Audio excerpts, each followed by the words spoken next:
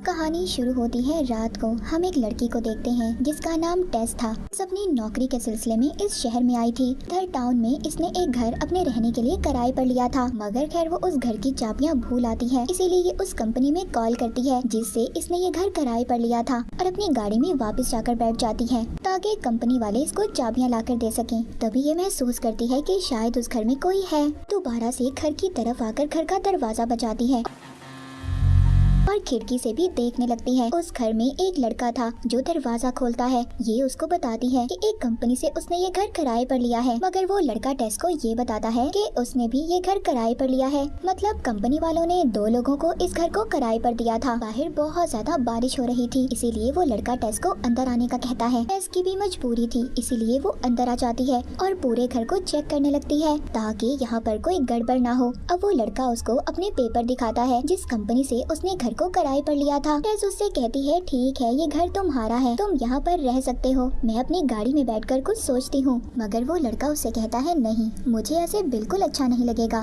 तुम चाहो तो आज की रात तुम यहीं पर रह सकती हो। और उसके लिए चाय बनाने लगता है। लेकिन टेस साथ साथ अपने लिए कमरा भी किराए पर ढूंढ रही थी। वो लड़का बताता है, अभी तुम्हें कोई कमरा नहीं मिल सकता, तुम ऐसा करो, आज रात यहीं पर रुक जाओ, तुम चाहो तो मेरे कमरे में सो सकती हो, मैं इधर ही सोफे पर सो जाऊंगा। अब जब वो कमरे में जाती है तो ये उस लड़के का पर्स देखती है जिसमें से ये आईडी कार्ड की तस्वीर ले लेती है,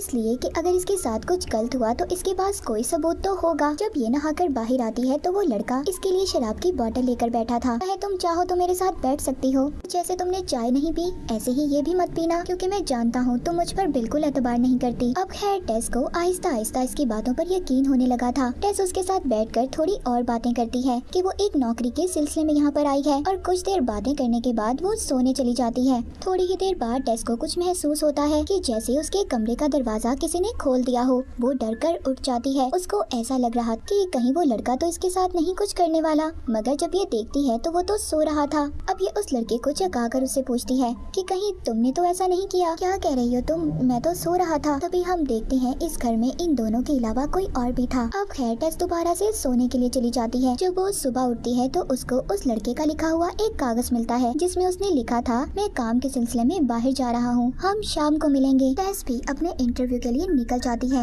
मगर जब वो इस घर से बाहर आकर देखती है तो इर्द गिर्द के सब घर उजड़े हुए थे। मतलब इस घर के अलावा उधर कोई भी नहीं रहता था, और ये बात इसको बहुत ज्यादा अजीब लगती है। ये बात वो अपनी बॉस से मिलने चली जाती है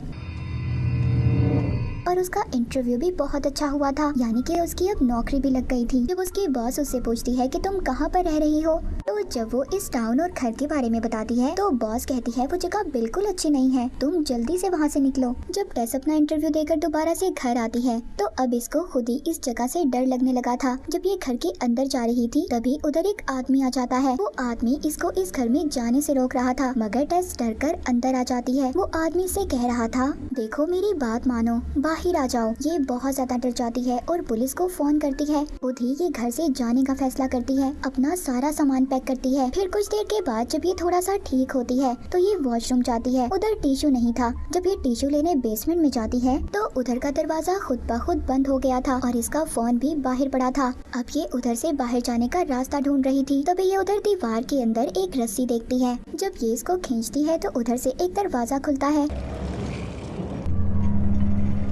मतलब इधर एक और खुफिया दरवाजा था। ये अंदर नहीं जाती, जाहिर है इसको डर लग रहा था क्योंकि उधर बहुत अंधेरा था। काफी ज्यादा सोचने के बाद ये बल्ब के नीचे शीशा लगाती है ताकि उसके अक्स से अंदर रोशनी जा सके। अब जब ये अंदर जाती है तो अंदर इसको एक और कमरा मिलता है। उधर एक बेड, कैमरा था और एक बाल्टी भी थी जो खून से गंदी थी। वो ये सब देखकर बहुत ज्यादा परेशान हो जाती है क्योंकि इधर बहुत कुछ अजीब था। लेकिन अब तभी उधर वो लड़का भी आ जाता है। ये उसको खिड़की से आवाज देकर बेसमेंट खोलने का कहती है।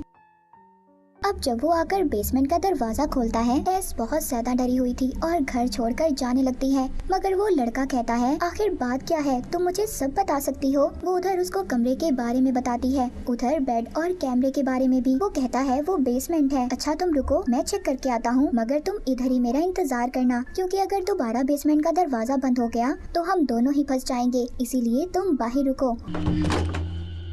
अब वो अंदर जाता है, मगर जब वो लड़का काफी देर तक वापस नहीं आता, टेस उसको ढूंढने वापस बेसमेंट में जाती है और दरवाजे पर एक कुर्सी लगा देती है ताकि दरवाजा दोबारा से बंद ना हो जाए। जब वो अंदर आती है तो इस बार इसको एक और रास्ता मिलता है, मतलब इस बेसमेंट के अंदर एक और बेसमेंट का रास्ता था। वो डरते डरते उसके अंदर जाती है। उधर उसको उस लड़के की आवाज आ रही थी जो कह रहा था, प्लीज मेरी मदद करो। जब ये जाकर देखती है, उधर लड़का इसको कहता है, इधर कोई और भी है जिसने मुझे काटा है, हमें जल्दी से यहाँ से जाना होगा। तभी अचानक से वहाँ पर एक अजीब सी औरत आती है जो दिखने में बहुत ज्यादा खौफनाक थी और उस लड़के का सर दीवार में मार मार कर उसे मार देती है। इसके बाद हम कहानी में एक्टर लड़के को देखते हैं जो कहीं पर जा रहा था। इसको फोन आता है। फोन पर इसको बताया जो लड़की फिल्म में इसके साथ काम करती थी, उसने इस पर इल्जाम लगाया है कि इसने उसके साथ बदतमीजी की है, इसीलिए इसको कुछ दिन के लिए फिल्म से निकाला जा रहा है। अब ये एक्टर लड़का बहुत ज्यादा परेशान हो गया था। ये अपने मैनेजर के पास जाता है जो इससे कहता है कि ना तो तुम शहर छोड़कर कहीं पर जा सकते हो और ना ही अभी फिलहाल किसी भी फिल्म में काम कर सकते हो, कि उस लड़की ने इसके खिलाफ केस फाइल किया था। अब ये सब बातों से तंग आकर दूर अपने घर में रहने के लिए चला जाता है। कोई और नहीं बल्कि वो ही था जहाँ पर टेस और वो लड़का रहते थे। ये जब उनका सामान देखता है तो ये कंपनी को फोन करके पूछता है, क्या आपने मेरा घर किसी को रहने के लिए दिया था?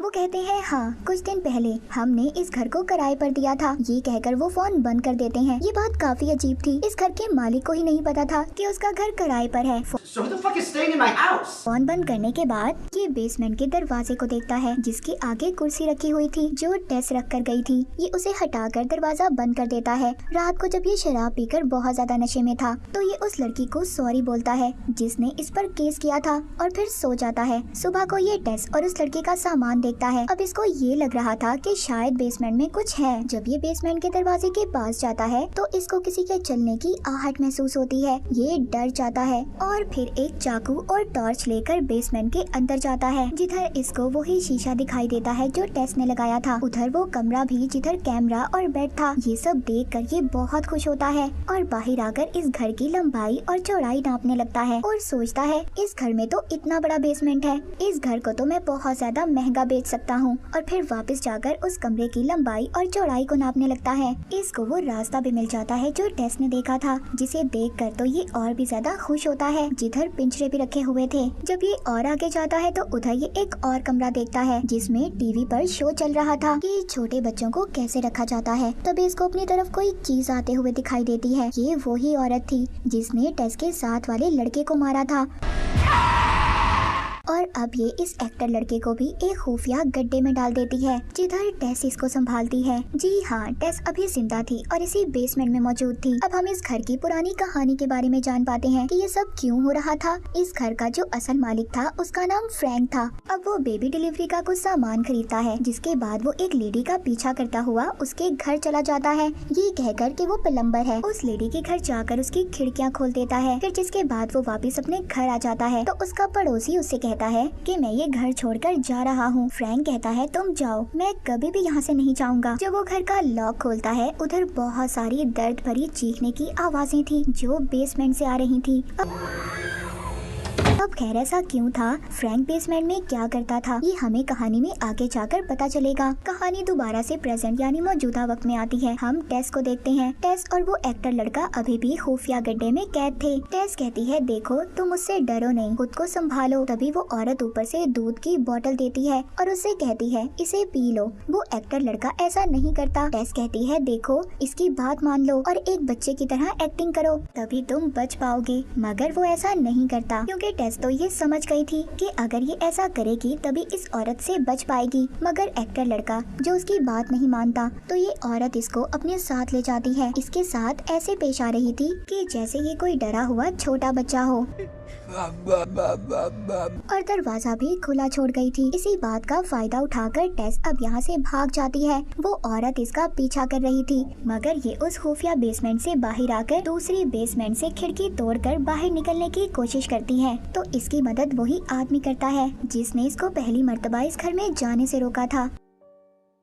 टेस जब उस आदमी को उस औरत के बारे में बताती है तो वो आदमी कहता है, मैं सब कुछ जानता हूँ, अगर तुम खुद को बचाना चाहती हो तो यहाँ से बहुत दूर चली जाओ, वरना वो औरत सारी जिंदगी के लिए तुम्हें अपने पास रख लेगी। मगर टेस उससे कहती है, अंदर कोई और भी फंसा हुआ है जिसको मेरी मदद की जरूरत है। अब वो आदमी कहता है, देख लो तुम्हें क्या करना है, मगर रात को उस औरत से बच जाना, क्योंकि रात को ही वो बाहर आती है। अब टेस उधर से भागकर एक गैस स्टेशन पर पहुंचकर पुलिस को कॉल करती है। उधर दूसरी तरफ हम एक्टर लड़के को देखते हैं जो उस औरत से बचकर खुफिया कमरे में आ गया था। उधर ये बहुत सारे कपड़ों को भी देखता है, जिसमें से एक ड्रेस उस लेडी का था जिसको हमने देखा कि फ्रैंक उसके घर जाकर खिड़की खोल आया था। एक्टर लड़का बहुत सारी वीडियो टेप्स को देखता है जिस पर अलग अलग लड़कियों के नाम लिखे हुए थे। उधर हम बूढ़े फ्रैंक को भी देखते हैं जो अभी भी जिंदा था और इसी बेसमेंट में रह रहा था। फ्रैंक उस एक्टर लड़के से पानी मांगता है। अब ये लड़का जब एक वीडियो टेप चलाकर देखता है, यहाँ पर हमें पता चलता है कमरा हमने देखा, उधर फ्रैंक लड़कियों को लाकर उनके साथ बुरा सलूक करता था और उनकी वीडियोस बनाता था, और साथ ही साथ वो बहुत सारी लड़कियों को अगवा करके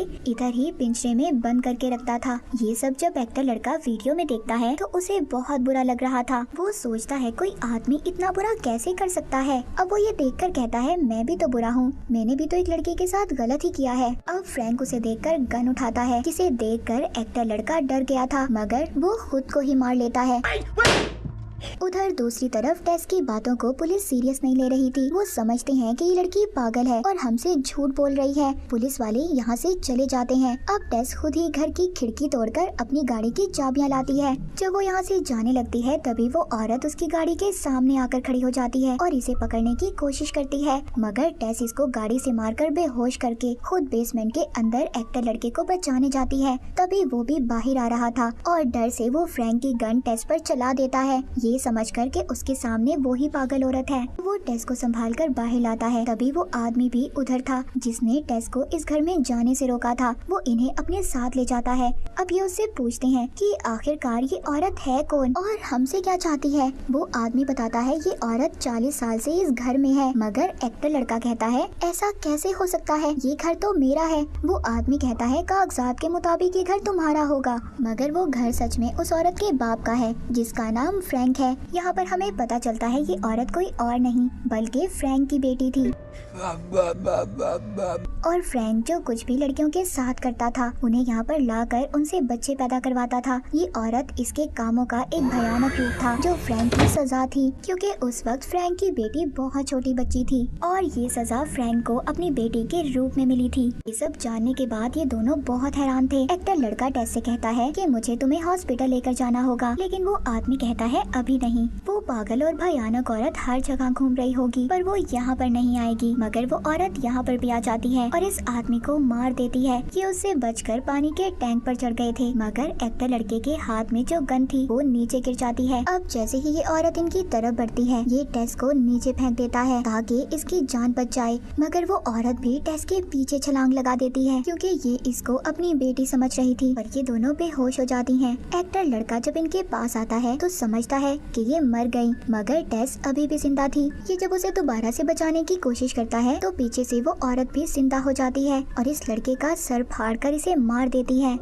और फिर वो टेस को प्यार करने लगती है। उसे देखकर ऐसा लग रहा था कि जैसे एक माँ अपने छोटे बच्चे से प्यार करती है, पर कहीं ना कहीं पर वो औरत टेस से ये कह रही थी कि वो उसे मार दे, क्योंकि आज जो कुछ भी उसके साथ हो रहा था उसके डैड फ्रैंक के बुरे कामों का नतीजा था। टेस उसको मारना तो नहीं चाहती थी, पर वो ये सोचती है कि अगर उसने इसे ना मारा तो इसकी जिंदगी और भी ज्यादा बुरी हो जाएगी। इसीलिए वो इस औरत पर गोली चलाकर इसे मार देती है और फिर ये टाउन छोड़कर चली जाती है। और इसी के साथ ये मूवी यहीं पर खत्म हो जाती है।